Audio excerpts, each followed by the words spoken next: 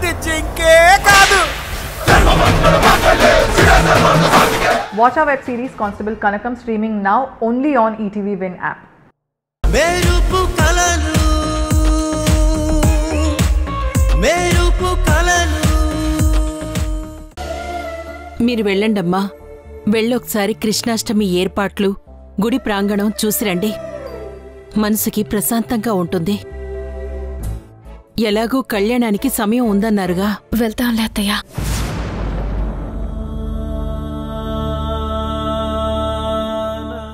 నువ్వు దేని గురించి ఆలోచిస్తున్నావో నాకు తెలుసమ్మా.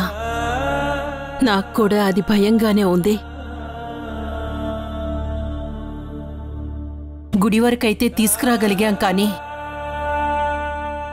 కళ్యాణం ఎలా ఒప్పించి జరిపించాలో, డబ్బు ఎలా సర్దుబాటు చెయ్యాలో తెలియడం లేదు. తలుచుకుంటేనే భయంగా ఉందమ్మా. పూజకి కళ్యాణానికి అక్కకి తేడా తెలియదు కాబట్టి ఆ విషయంలో పెద్ద సమస్య ఉండకపోవచ్చు. కానీ డబ్బుల విషయంలో ఏం చేయాలో అర్థం కావడం లేదత్తయ్య.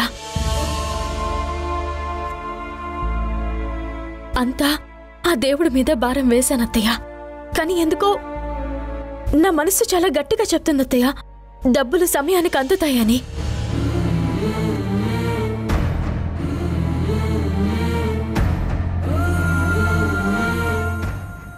సరే అత్తయ్య, నేను వెళ్ళా పనిలో ఉంటాను. సంగీత పద. పదక్క.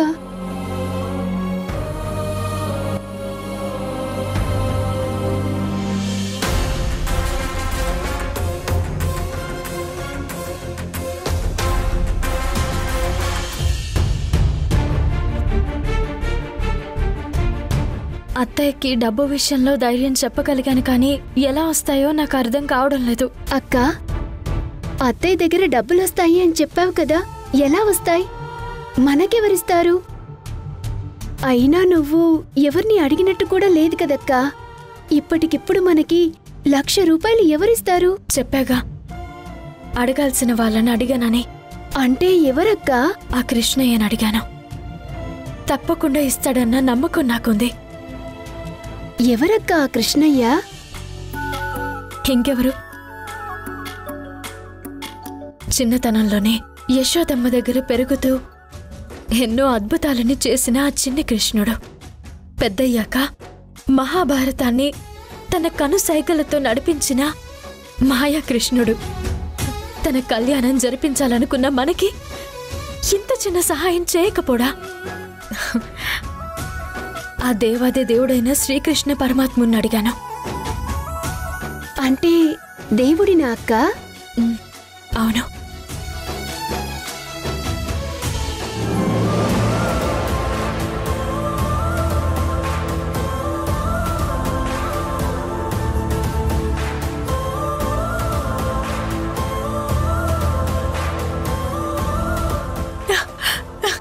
ఆ కృష్ణయ్య దారి చూపించాడు.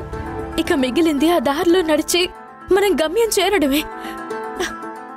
ఏంటక్క జోక్ చేస్తున్నావా?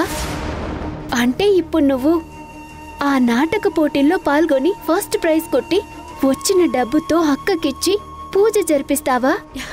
అవును సంగీత. నీకు యాక్టింగ్ వచ్చా అక్క? నువ్వు యాక్టింగ్ కూడా నేర్చుకున్నావా? ఏది రాకున్నా అవసరం మనకన్నీ నేర్పిస్తుంది. నరుడు బ్రతికే ఒక నటన సంగీత. పద, పంతులు గారిని అడిగి ఎక్కడో కనుక్కుందా. దా.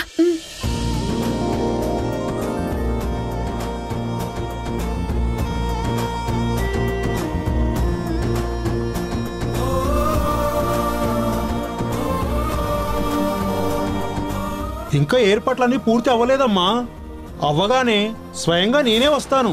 అది కాదు పంతులు గారు, వేరే విషయం తెలుసుకుందామని వచ్చాం. ఏంటమ్మా అది? ఇంతకు ముందు అక్కడ ఒక ఫ్లెక్సీ చూసాం. ఏదో నాటక పోటీలో ఫస్ట్ ప్రైజ్ 1,00,000 రూపాయలు అనుంది. దాని గురించి తెలుసుకోవాలని వచ్చాం.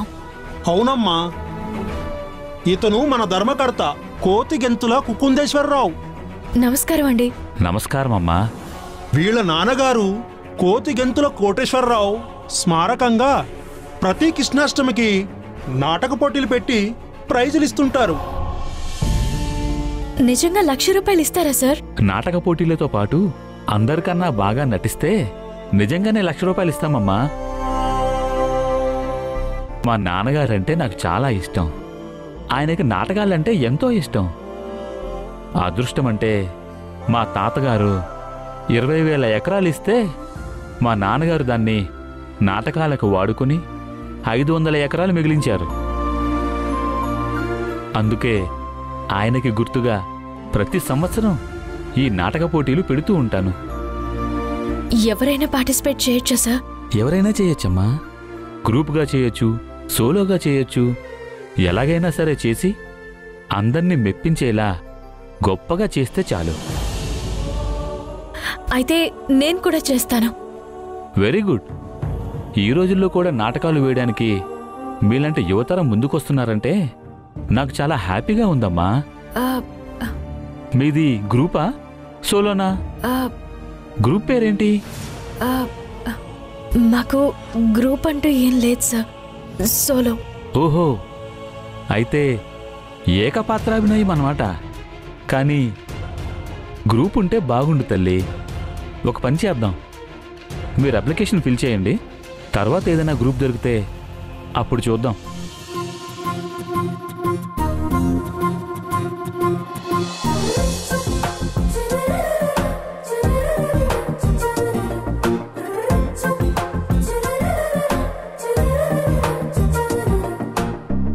ఇదిగోండి సార్.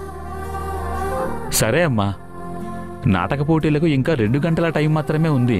ఈలోపు మీరు బాగా ప్రిపేర్ అవ్వండి. All the best. Thank you sir. సంగీత,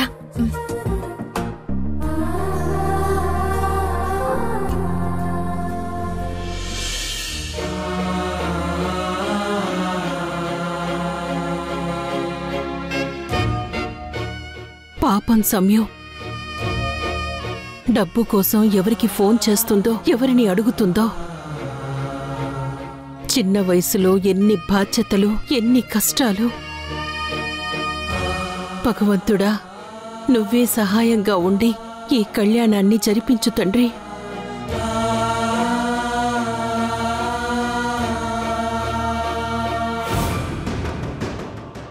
నువ్వేంటమ్మా ఒంటరిగా ఉన్నావు?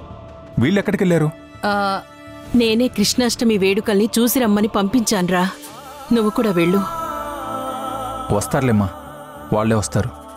పాపం ఆడపిల్లలరా, వెళ్ళు. వెళ్ళరా.